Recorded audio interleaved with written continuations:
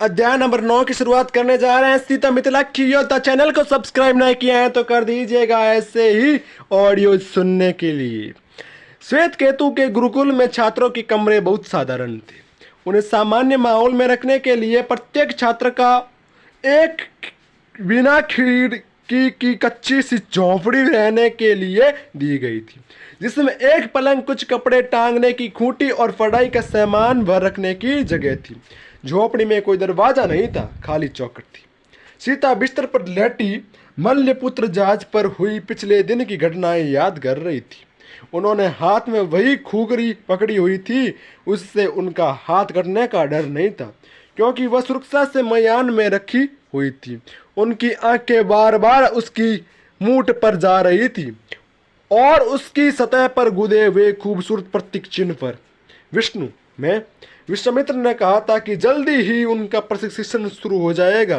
कुछ ही महीनों में गुरुकुल छोड़ने की उम्र हो जाएगी।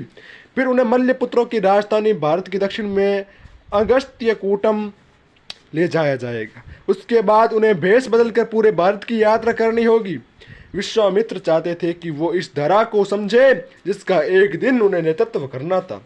अपने मल्लपुत्रों के साथ मिलकर वो उन्हें मार्गदर्शन देने वाले थे। इस बीच वो और विश्वामित्र मिलकर अगले कार्य की योजना बना लेंगे, जीवन की नई शैली की। यह सब बहुत भावपूर्ण था। देवी सीता बिस्तर से उतर कर चौखट तक आई। कुछ ही दूरी पर जटायु खड़े थी। देवी, उन्होंने दोहराया। सीता ने हाथ जोड़कर नमस्ते की। जटायु जी, मैं आपकी छोटी बहन की तरह हूँ। कृपया आप मुझे शर्मिंदा ना मत कीजिए, मुझे बस मेरे नाम से पुकारिए। नहीं देवी, मैं ऐसा नहीं कर सकता। आप तो। जटायु खामोश हो गए। मल्लपुत्रों को सख्त निर्देश दिए गए थे कि कोई भी सीता को अगले विष्णु की उपाधि से संबोधित नहीं करेगा। इसकी घोषणा सही समय आने पर की जाएगी। यहाँ तक कि सीता को भी इस बारे में किसी से बात करने से मना किया गया था, और वैसे वो किसी से यह कहना भी नहीं चाहती थी। वो इस उपाधि से घबराहट महसूस कर रही थी, डरी हुई थी। ठीक है, फिर आप मुझे अपनी बहन बुलाइए। जटायु मुस्कुराए। ये सही है बहन, आप क्या बात करना चाहते थे जटायु जी? अब आपका हाथ कैसा है? सीता ने दूसरे हाथ से नीम की पट्टी बंधे अपने हाथ को छुआ। खून बहाने के नाम से मैं कुछ ज्यादा ही उत्साहित हो गई। जी, अब मैं ठीक हूँ। सुनकर अच्छा लगा, जटायु ने कहा। वह स्वभाव से थोड़ी संकोची थी। धीरे से सांस लेकर उन्होंने बोलना शुरू कर दिया। आप उन कम लोगों में से एक हैं जिन्होंने मुझसे अच्छे से बर्ताव किया, मल्लपुत्रों को छोड़कर। यहाँ तक प्रभु विश्वामित्र ने भी आपको ऐसा करने का निर्देश नहीं दिया था। कुछ महीने पहले सीता ने जटायु को खाना परोस कर दिया था, क्योंकि उनका चेहरा उनकी जिंदगी बचाने वाले उस सभ्य गीत से मिलता था, लेकिन उन्होंने यह बात उन्हें नहीं बताई। आप संभवतः अपनी इस नई परिस्थिति के बारे में निश्चित होंगी, जटायु ने कहा।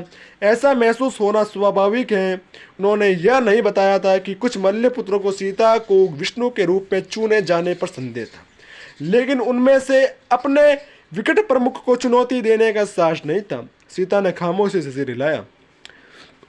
और ज्यादा मुश्किल ये होगा कि आप इस बारे में मल्लपुत्र के अलावा किसी से बात नहीं कर सकती। हाँ, सीता मुस्कुराई।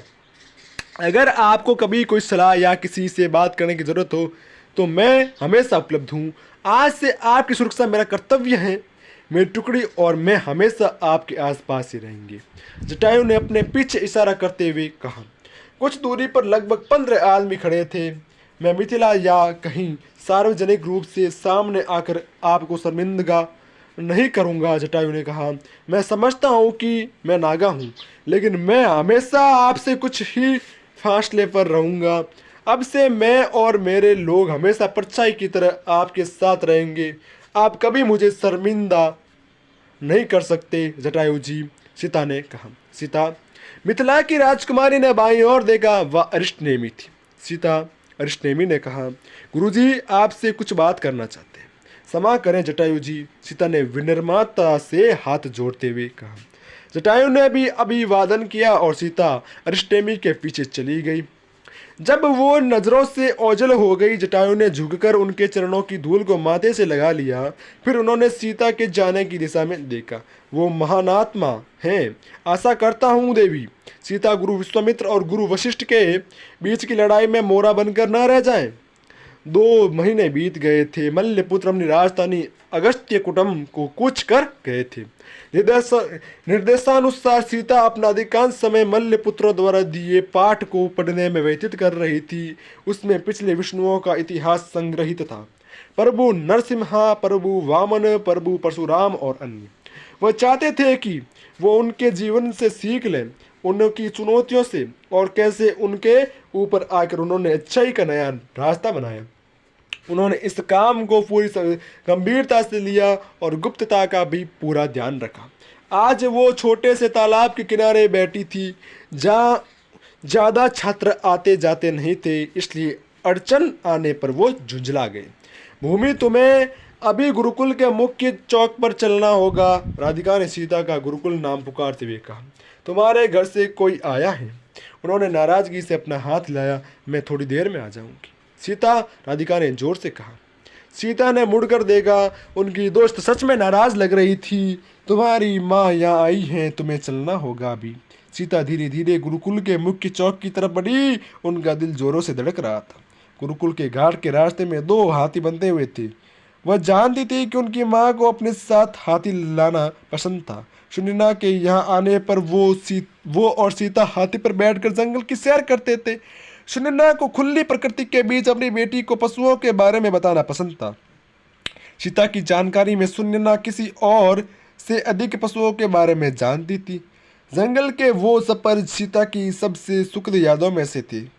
उस सफर में वो अपने जीवन को 2 महत्वपूर्ण साथियों के साथ होती थी, धरती माँ और उनकी माँ। उनके सीने में दर्द हुआ। उनकी वजह से कुशध्वज ने मिथिला पर व्यापार के कड़े प्रतिबंध लगा दिए थे। उनकी चाचा का साम्राज्य सकंसिया ही मुख्य रूप से उनके पिता के साम्राज्य के साथ व्यापार करता था और खरीदी जाने वाली जरूरी चीज़ों के दाम भी आसमान छू रहे थे। अधिकांश मिथिलावासी इसके लिए सीता को दोष देते थे। सब जानते थे कि सीता ने कुशध्वज की साई मोड़ तोड़ दी थी और फिर यह परिणाम तो मिलना ही था। प्राचीन परंपरा के अनुसार साई मोड़ राजा का प्रतिनिधित्व करती थी। यह राज हत्या के बराबर था। दोष यकीनन उनकी माँ सुनैना को भी दिया जा रहा था। सभी जानते थे कि सीता को गोद लेने का निर्णय उनकी रानी सुनैना का था। मैंने उन्हें परेशानियों के अलावा कुछ नहीं दिया। मैंने वो पल भर में तबाह कर दिया जिसे बनाने में उन्होंने अपना पूरा जीवन लगा दिया। माँ को मुझे भूल जाना चाहिए। चौक तक पहुँचने पर सीता अपने निर्णय पर और दृढ़ होती जा रही थी। किसी साई अतिथि आने के हिसाब से भी आज वहाँ कुछ ज़्यादा ही भीड़ थी। एक भारी सी खाली पालकी के पास 8 आदमी खड़े थे। ये पालकी उन्होंने पहले कभी नहीं देखी थी। इतनी लंबी चौड़ी, ऐसा लग रहा था कि ये किसी के लेटकर सफर करने के लिए तैयार की गई थी। बाईं और उन्होंने अशोक वृक्ष के गिर्द बनाए गए निचले चबूतरे के पास 8 महिलाओं को खड़े देखा। वह हर तरफ अपनी माँ को ढूंढ रही थी, लेकिन वो उन्हें कहीं दिखाई नहीं दी।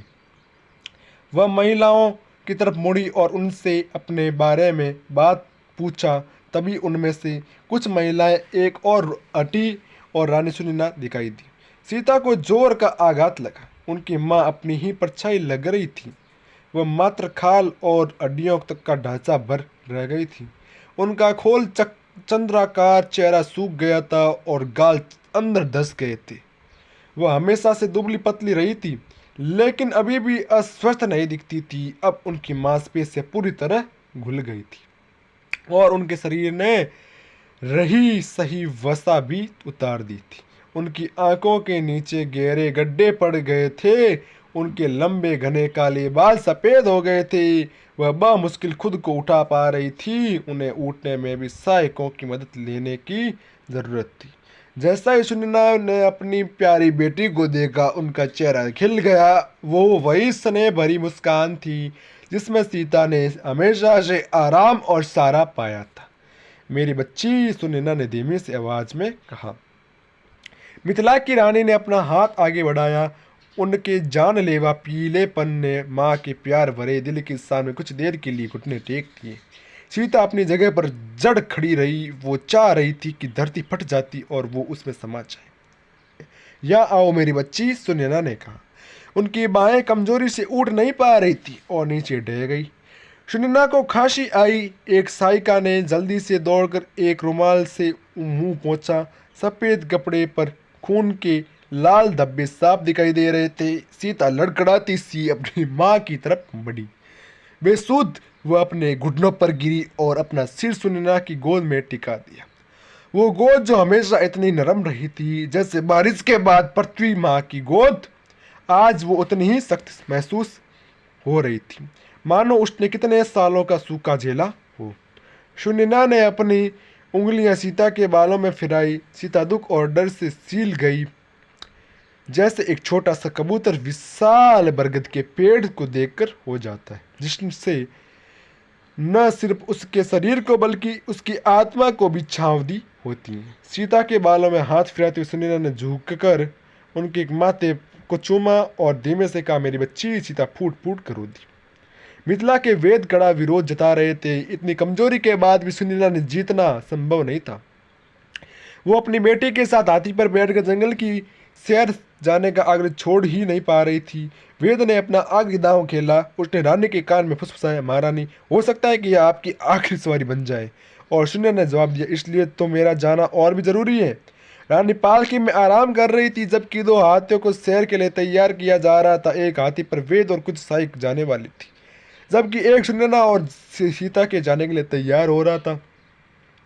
जाने के समय पर सुनैना को बैठे हुए हाथी के ओहदे तक ले जाया गया। एक सहायिका ने रानी के ओहदे पर चढ़ने की कोशिश की। नहीं, सुनैना ने दृढ़ता से मना कर दिया। लेकिन देवी सहायिका ने विनती की कि उसके हाथ में रुमाल और पीने के लिए पानी था। रानी को ऊर्जा के लिए खास जड़ी बूटियों की भभक सुगाई गई थी। मेरी बेटी मेरे साथ है, सुनैना ने कहा, मुझे और किसी चीज़ की जरूरत नहीं है। सीता ने तुरंत सहायिका से रुमाल और पानी ले लिया और ओहदे पर चढ़ गई। सुनैना ने महावत को इशारा किया, जिसने अपने पैर से हाथी के कान के पीछे थपथपाया। हाथी बहुत धीरे से उठा, जिससे सुनैना को कम से कम तकलीफ हो। चलो, उन्होंने आदेश दिया। दोनों हाथी जंगल की ओर बढ़ चले। उनके साथ मिथिला के 50 सशस्त्र सिपाही पैदल भी चल रहे थे। इसी के साथ यह अध्याय समाप्त होता है।